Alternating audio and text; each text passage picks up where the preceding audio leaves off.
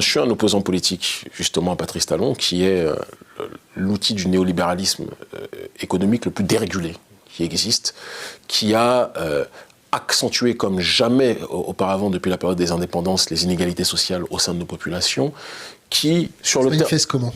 Alors, par une paupérisation endémique de nos populations, par des plaintes, à tel point que lui-même, lors de son second mandat, a été obligé de reconnaître publiquement qu'il avait failli sur le terrain de la justice sociale et qu'il allait faire un effort, parce qu'il est très alerte de ce qui se dit, même s'il ne travaille pas fortement, comment dirais-je, il n'est pas suffisamment efficient pour corriger le tir, la preuve. Mais c'est aussi une belle preuve d'une conduite introspective, de reconnaître et de verbaliser. Reconnaître sans corriger, c'est une introspection à mi-chemin. C'est dommage. Mais non, je dois aussi reconnaître, parce que j'aime être objectif, qu'il a suivi ce qui avait été commencé par d'autres sur le terrain infrastructurel. Le Bénin a connu, surtout les grandes villes, surtout Cotonou, a connu une avancée réelle sur la construction des routes. Mais on dit toujours que si tu développes les infrastructures, mais que tu détruis les humains qui utilisent ces infrastructures, eh bien les infrastructures seront des cimetières. Et c'est exactement ce dont il s'agit sur notre terre-mère, qui est le Bénin, où on a aujourd'hui une paupérisation endémique, une injustice sociale galopante, et on a une hyperclasse qui s'enrichit comme jamais auparavant, et c'est de toute façon ce que crée le néolibéralisme dans nos pays. C'est pas une philosophie économique qui est en adéquation avec nos réalités, qu'on le veuille ou pas.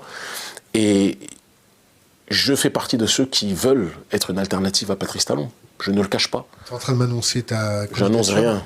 J'annonce rien. Je te dis juste que je souhaite être une alternative à Patrice Talon. Patrice Talon le sait, ils le font passer régulièrement dans leurs médias en disant qu'ils me soupçonnent de vouloir faire un coup d'État.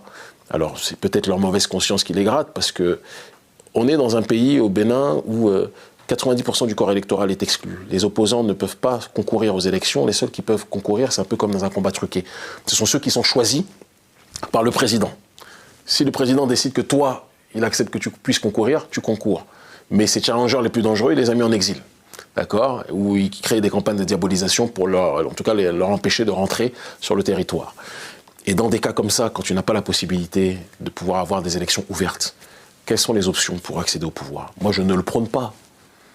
Mais comme au Mali, comme au Burkina Faso, comme au Niger, si tu bloques tout, Talon arrête tout, tout le monde à tir larigot. Là, il y a quelques jours, il y a un de mes proches, le général Louis-Philippe Oundénion, a été arrêté pour harcèlement par voie électronique juste parce qu'il critique la malgouvernance du régime. Moi, j'ai été arrêté... Tu critiques comment? De manière extrêmement polie et sourcée sur les textes de droit. C'est-à-dire que lui, c'est vraiment la personne qui ne